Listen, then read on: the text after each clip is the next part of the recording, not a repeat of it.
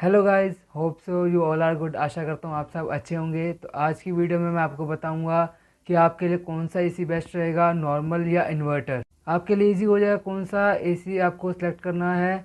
और आज की वीडियो को स्टार्ट करने से पहले चैनल को सब्सक्राइब जरूर कर दीजिए और घंटे को दबाना ना भूलें। तो दोस्तों, सबसे पहले मैं आपको बताऊँगा इसकी लुक्स के बारे में।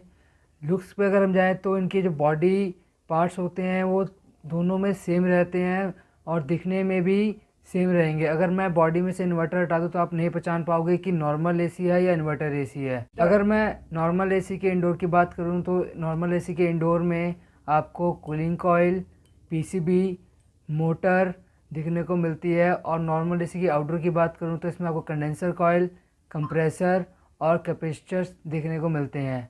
और इसी साइड में अगर इन्वर्टर में बात करूँ इंडोर की, तो उसमें आपको ब्लोअर, कूलिंग कॉइल और मोटर और पीसीबी सेम जैसे नॉर्मल एसी के इंडोर में होती है वही दिखती है। बट इसमें एक फ़र्क होता है, इसके मोटर डीसी मोटर होती है। और अगर मैं आउटडोर की बात करूं तो आउटडोर में आपको कंडेंसर, कंप्रेसर और एक चीज़ एक्स्ट्रा होती है, वो है पीसीबी और एसएमपीएस। और जो इन्वर्टर का जो कंप्रेसर होता है वो डीसी कंप्रेसर होता है। और नॉर्मल एसी के कंडेंसर की बात करूँ तो इसमें आपको एल्युमिनियम कंडेंसर और कॉपर कंडेंसर भी मिलता है। और इन्वर्टर में बात करूँ तो इसमें भी आपको एल्युमिनियम कंडेंसर और कॉपर कंडेंसर मिलता है।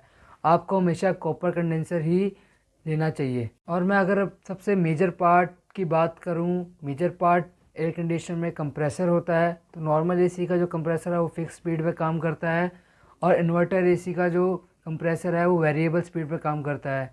फिक्स स्पीड में कहूँ तो एक कांस्टेंट स्पीड में 100% 100 फुल कैपेसिटी के साथ काम करता है। और वेरिएबल स्पीड में मैं कहूँ तो वो अपनी स्पीड आपके रूम के लोड के अकॉर्डिंग ज़्यादा और कम करता है। अगर मैं नॉर्मल एसी में गैस की बात करूं तो पहले नॉर्मल एसी में R22 आती थी, अब R32 आती है। तो ये बहुत अच्छा बेनिफिट है आपके लिए, बिकॉज R32 जो है इको फ्रेंडली गैस है, वो हमारे ओजोन लेयर को भी हार्म नहीं पहुंचाती। और इन्वर्टर पे बात करूं तो उसमें R32 भी आती है, R410A भी आती है। दोनों इको फ्रेंडली गैस है। स्टार रेटिंग की बात की जाए तो नॉर्मल एसी में आपको 3 स्टार देखने को मिलते हैं और इन्वर्टर एसी में 4 स्टार और 5 स्टार देखने को मिलते हैं। इन्वर्टर एसी आपके स्मार्ट एसी होते हैं और जो नॉर्मल एसी होते हैं वो नॉन स्मार्ट होते हैं। इसमें फीचर्स आते हैं स्मार्ट वाले, बट कंपैरेटिवली आपको इन्वर्टर वाले स्मार्ट फीचर्स उसमें देखने को नहीं मिलते। नॉर्मल एसी में आपको विंडो एसी, स्प्लिट एसी और पोर्टेबल एसी मिल जाएंगे। इन्वर्टर एसी में आपको पहले स्प्लिट एसी ही आते थे, अब विंडो एसी भी आना स्टार्ट हो गए हैं। तो ये बहुत अच्छी बात है कि इन्वर्टर में विंडो एसी भी आते हैं। अब मेन बात आती है इसकी इंस्टॉलेशन और मेंटेनेंस पे। तो नॉर्मल एसी की इंस्टॉलेशन और मेंटेनेंस बहुत ज़्यादा लो होती है। इसकी मेंटेनेंस आपको बहुत सस्ती पड़ेगी। और अगर आप इन्वर्टर पे जाते हो तो इसकी इंस्टॉलेशन और मेंटेनेंस भी महंगी होती है। और जो इन्वर्टर में पार्ट्स लगे होते हैं, पीसीबीज, एसएमपीएस, सेंसर्स, वो बहुत महंगे होते हैं, इसलिए इसकी मेंटेनेंस कॉस्ट ज़्यादा होती है। लास्ट बात मैं करूँ इसकी वारंटी की, तो नॉर्मल एसी में आपको 1 साल की कॉम्प्रिहेंसिव वारंटी मिलती है और 5 साल की कंप्रेसर की वारंटी मिलती है। और यहीं मैं अगर इन्वर्टर की बात करूँ तो इसमें भी आपको 1 साल कॉम्प्रिहेंसिव पूरे प्रोडक्ट पे वारंटी मिलती है और इसमें आपको 10 साल की कंप्रेसर की वारंटी मिलती है। तो कंपनी ये मानती है कि हमारा कंप्रेसर, इन्वर्टर कंप्रेसर जो है वो 10 साल तक ख़राब नहीं हो सकता। तो दोस्तों, सबसे मेन बात जो आती है वो आती है आपकी कौन सा एसी हम लें, नॉर्मल या इन्वर्टर।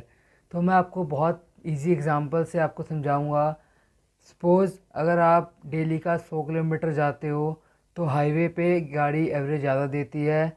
और आप अगर डेली का 10 से 20 किलोमीटर जाते हो तो आप इतना एवरेज को ध्यान में नहीं रखते।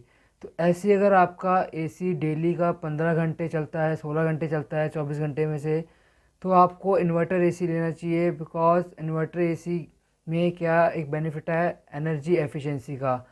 इन्वर्टर एसी पावर कंजप्शन कम करता है नॉर्मल एसी से। मैं ये नहीं कहूँगा कि आपका बिल इन्वर्टर एसी आधा कर देगा, बट हाँ 30% तक आपके इलेक्ट्रिसिटी बिल को वो कम कर सकता है। और अगर आपकी डेली की यूसेज 4 से 5 घंटे है, आप ओनली रात को ही एसी चलाते हो, तो आपको नॉर्मल एसी लेना चाहिए।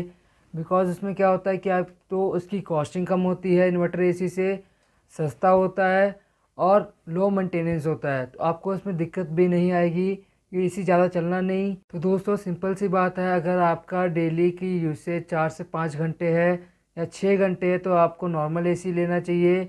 अगर आपकी यूसेज 10 घंटे से ऊपर है तो आपको इन्वर्टर एसी लेना चाहिए। तो ये तो आपको मैंने आज दोनों इन्वर्टर और नॉर्मल एसी के डिफरेंस भी बता दिया और कौन सा एसी आपके लिए बेस्ट रहेगा ये भी आपको मैंने बहुत शॉर्ट में बताया है। वीडियो अच्छी लगी हो तो लाइक शेयर ज़रूर करें और आगे ही ऐसे वीडियोस को मेरी सपोर्ट करते रहिए।